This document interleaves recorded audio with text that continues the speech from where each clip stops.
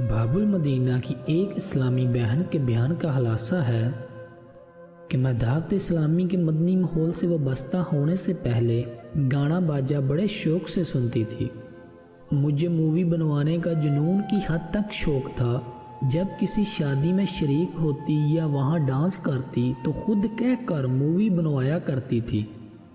میرا دل گناہوں کی لذت میں ایسا گرفتار تھا کہ مجھے نماز قضا ہونے کا غم ہوتا نہ روزہ چھوٹ جانے کا۔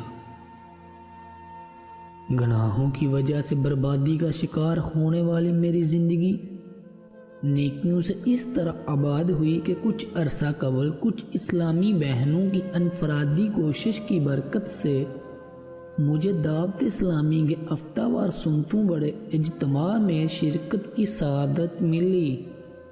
سنتوں بڑے اجتماع میں شرکت کی مجھے ایسی برکتیں نصیب ہوئیں کہ میں نے وہیں بیٹھے بیٹھے اپنے تمام گناہوں سے توبہ کی اور 5 وقت کی نماز پڑھنے اور رمضان کے روزے رکھنے کی بھی نیت کی۔